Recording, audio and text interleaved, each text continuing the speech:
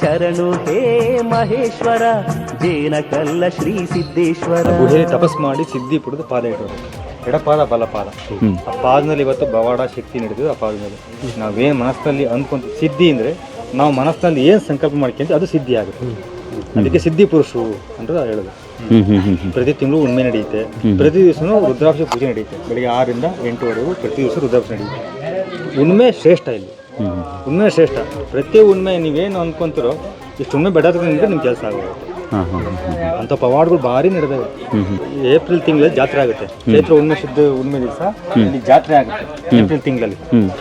April ತಿಂಗಳಲ್ಲಿ ಜಾತ್ರೆ ಆಗುತ್ತೆ. ಹಿಂಗೆ ಭಕ್ತರು ಮಕ್ಕಳಿಲ್ಲ, ಮನೆ ಮಕ್ಕಳಿಲ್ಲ ಅಂದ್ರೆ ಬಂದು ಸ್ವಾಮಿ ಅರ್ಕೆ ಮಾಡ್ಕೊಂತಾರೆ.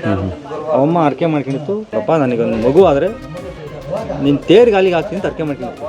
ಆ ತಾಯಿಗೆ ಹೆಣ್ಣು ಮಗು ಆಯಿತು. ಅರ್ಕೆ ತೀರಿಸ್ಬೇಕಲ್ಲ. ಅವಮ್ಮ ಅರ್ಕೆ ಮಾಡ್ಕೊಂಡಂಗೆ 9 ತಿಂಗಳು ಮಗುನ ತಂದು ಬಲಗಲ ತೇರ್ಗಾಲಿ ಹಾಕ್ತು. ಕಣ್ಣು ಮುಚ್ಕೊಂಡ್ಮೇಲೆ ಆ ತೇರ್ಗಾಲಿ ಮುಂದೆ ಹೋಗಿದೆ. ಹೆಂಗೋಯ್ತು? ಅದೇ ಶಕ್ತಿ ಪವಾಡ. ಇನ್ನು ಬಾಕಿ ಟೈಮಲ್ಲಿ ನೈಟ್ ಇಲ್ಲೂ ಯಾರೂ ಉಳಿಯಂಗಿಲ್ಲ. ಮನುಷ್ಯ ಸಂಚಾರ ಇಲ್ಲ ಇಲ್ಲಿ. ದೈವ ಸಂಚಾರ ಇರೋದ್ರಿಂದ ಯಾರೂ ನೈಟ್ ಉಳಿಯಂಗಿಲ್ಲ ಇಲ್ಲಿ. ಸಂಜೆ ಆದ ತಕ್ಷಣ ನಮ್ಮ ಮನಸ್ಸಿಗೆ ಅನಿಸುತ್ತೆ ಎಷ್ಟು ಕೆಳಿ ಕಿಳಿಬೇಕು ಅನ್ನೋ ನಮ್ಮ ಮನಸ್ಸಿಗೆ ಅನಿಸುತ್ತೆ. ಬೆಳಿಗ್ಗೆ 6ಕ್ಕೆ ಬರ್ತೀವಿ, ಸಂಜೆ 5:30 6 ಗಂಟೆಗೆ ಕ್ಲೋಸು.